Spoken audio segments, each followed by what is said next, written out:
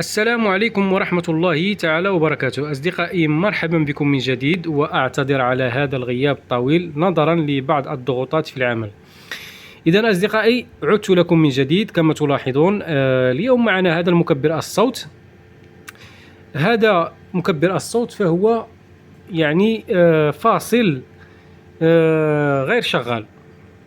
إذا سوف نقوم بربطه بالكهرباء. بسم الله.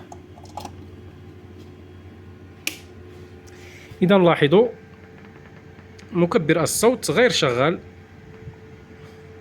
كما تلاحظون أصدقائي. إذا الآن سوف نحاول إصلاح هذا المشكل أصدقائي. إذا صاحب هذا مكبر الصوت قال لي انقطع له هذا السلك للسماعة كما تلاحظون، هذا السلك السماعة، وقام بربطه على هذا الشكل، وعلى ما أعتقد بأن وقع هنا تماس بين هذا السلك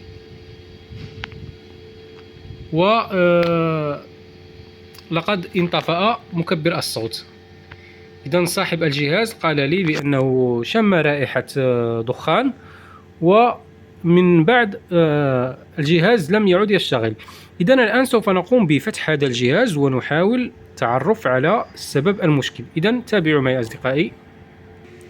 إذن أصدقائي، قمت بفتح المكبر الصوت. إذن أول شيء انتبهت إليه وهو هذا المحول. إذن لاحظوا هذا المحول جهة الخرج. إذن لاحظوا كيف أصبحت. إذن غالبا هذا المحول أصبح تالف. وهذه هي البوردة كما تلاحظون. لاحظوا هنا IC الصوت فهو متفحم.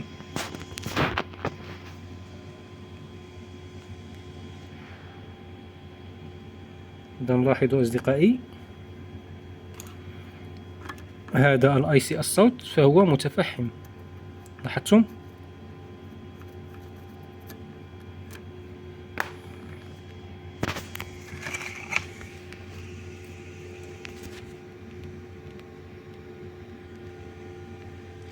إذن أصدقائي، سبب هذا المشكل هو هذه السماعة. إذن لاحظوا، لا نعمل هذا العمل أصدقائي. عندما تنقطع هذه الأسلاك يباع هذا الرأس للسماعة به براغي. نقوم بتثبيت هذه الأسلاك ونقوم بتثبيتها بالبراغي ونعمل بمكبر الصوت بأمان. ولكن هذا العمل فهو يخسر لنا مكبر الصوت ونفقد مكونات، ويصبح ثمن إصلاح مكبر الصوت مكلف. إذن عندما وقع تماس احترق الIC، والIC هو الذي سبب في احتراق هذا المحول. إذن السماعة، هذا العمل هو الذي سبب في هذا تخريب هذا مكبر الصوت. إذن السماعة قامت عندما وقع تماس احترق الIC، والIC قام باحتراق هذا المحول. إذن هذا الصوت، IC الصوت فهو غالبا سوف يكون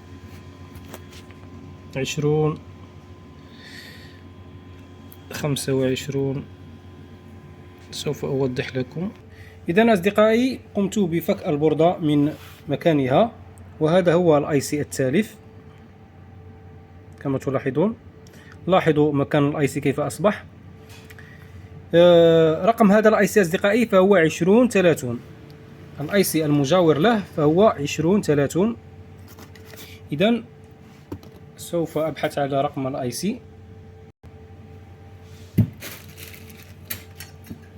إذن هذا هو الIC. TDA2030. إذن الآن سوف نقوم بتركيب الاي سي.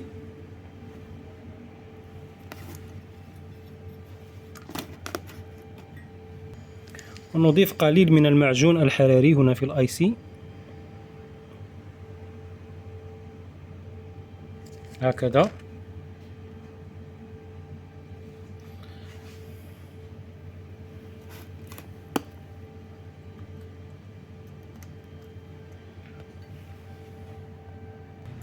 ونقوم بتثبيت البرغي أولا قبل تلحيم البينات.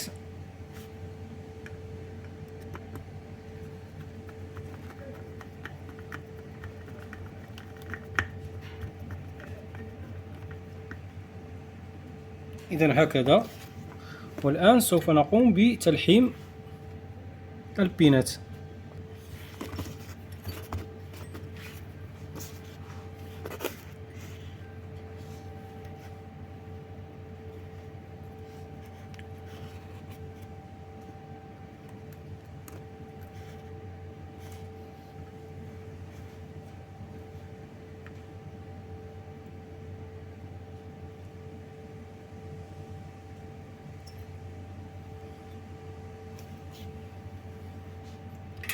إذن هكذا أصدقائي.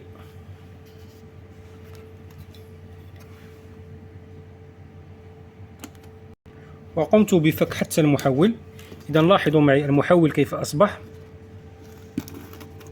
غير صالح للاستعمال. إذن لاحظوا علينا بتركيب محول يكون به 3 مخارج على هذا الشكل، وباحترام الفولت المناسب للآيسيات. إذن هنا 12 فولت ونصف كما تلاحظون، 1.4 أمبير. إذن سوف أقوم بالبحث على محول مشابه لهذا المحول أصدقائي. إذن تابعوا معي. إذن أصدقائي سوف أقوم بتركيب هذا المحول. إذن لاحظوا معي 13 فولت 1000 ملي أمبير، يعني 1 أمبير.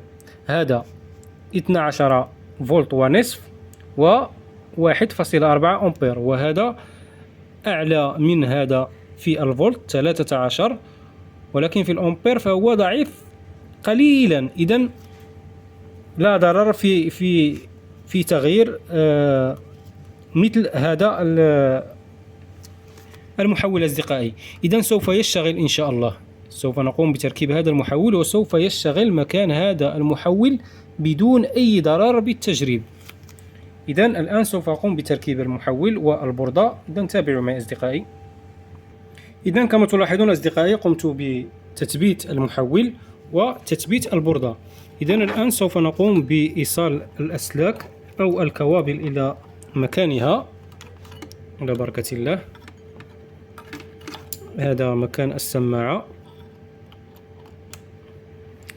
وهذا مكان الصوت الذي يأتي من المعالج، والتغذية التي تأتي من البوردة إلى المعالج،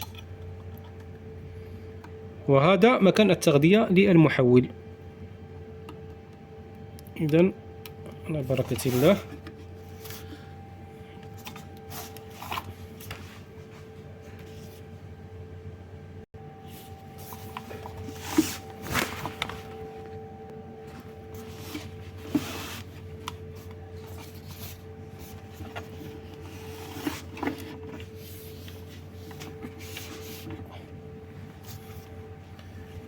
بسم الله.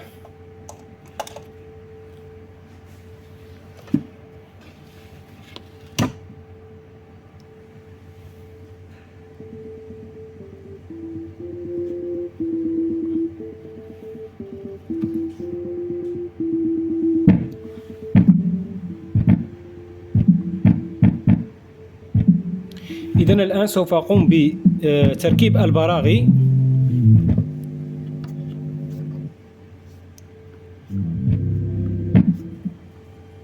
إذن الآن سوف أقوم بتركيب البراغي وسوف نقوم بتجريب السماعة وكل شيء.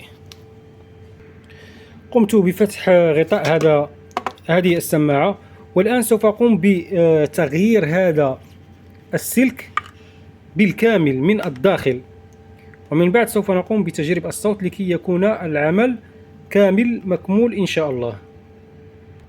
إذا كما تلاحظون قمت بإزالة هذا الكابل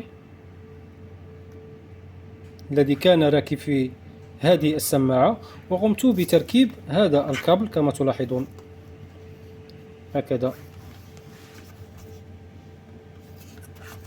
إذن الآن سوف نقوم بالتجريب. إذن على بركة الله المكبر الصوت الآن فهو شغال كما تلاحظون، والآن سوف نقوم بتجريب السماعات.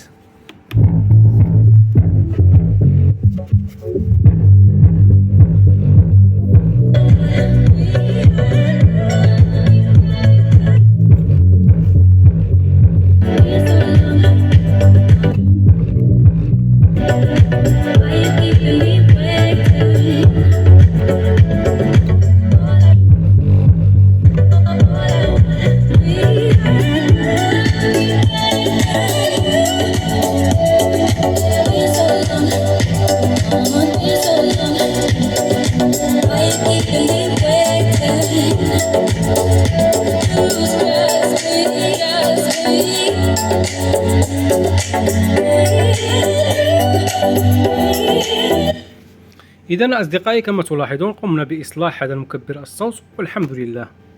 إذن قمنا بتغيير كابل السماعة، وقمنا بتغيير الآي سي الصوت والمحول.